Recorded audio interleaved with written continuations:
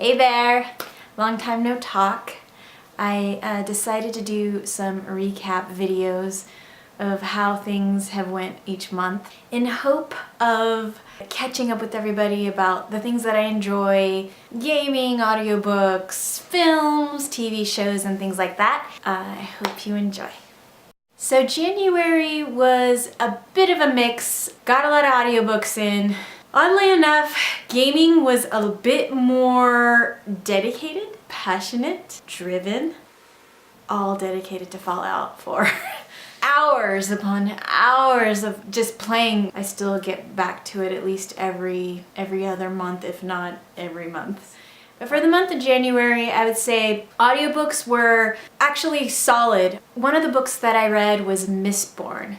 Mistborn was the kind of elemental magic that I like, but this was just beyond what I, expected. The other book that got me attention was The Glass Castle, and it was so heartbreaking. I think it might have made me cry. I really enjoyed that one. The other book I read was Winter from the Lunar Chronicles. I still really enjoyed continuing the series. I love the characters, and I love the sci-fi female cyborg element. The other book I had a chance to listen to was Planetfall. It was that kind of book that you want to feel like you landed somewhere on a planet, and this book gave me that vibe. Like, I felt like I really was in this universe on another planet trying to figure out stuff. And the thing about books with me is, like, if you can start from scratch, I'm super like the survival aspects. I'm super like intrigued with the process of it all. The other book I had the chance of reading, I would say, is a little bit more like a Christmas book, but it was called Landline. It is a time travel, that's totally me, I love time travel. And it's kind of a romance, but not a gushy one. Landline does have a cute little puppy moment. The last book I listened to was Radiance. I don't know what happened, but I just got really disconnected with Radiance. And then again, it could have been the narrator. When it comes to films, I watched The Fifth Wave. It wasn't anything like the book. If I only saw The Fifth Wave and never read the books, I think I would have thought it wasn't that good of a book. There's some moments of that character the actress does. I could see why they picked her.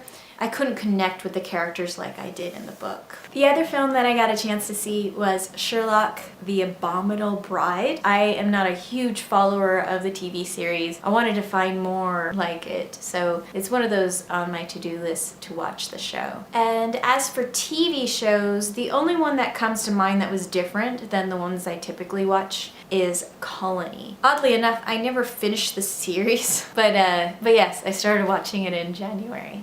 As for random things that happened in January, one of the sad things, actually, was the gloomy weather.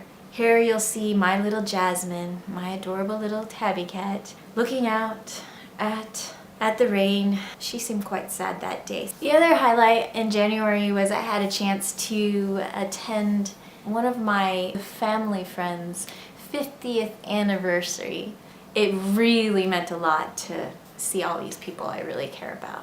And oddly enough, I tried beet chips, and I was actually pretty surprised how tasty they were. They were kind of sweet. I don't know, they were just good. And the other thing I found was Call of Duty construction set for Nuketown for 30 bucks. So there is my recap for January, and I hope it wasn't too humiliating. Is there anything in there that could have... Landline. There was a little romance, people. There wasn't that much romance, okay? You cannot hold that against me. No. Anyway, I hope you enjoyed this recap video for January, and I will be updating more from everything else that happened from February through December, so keep an eye out on the channel for more to come. See ya.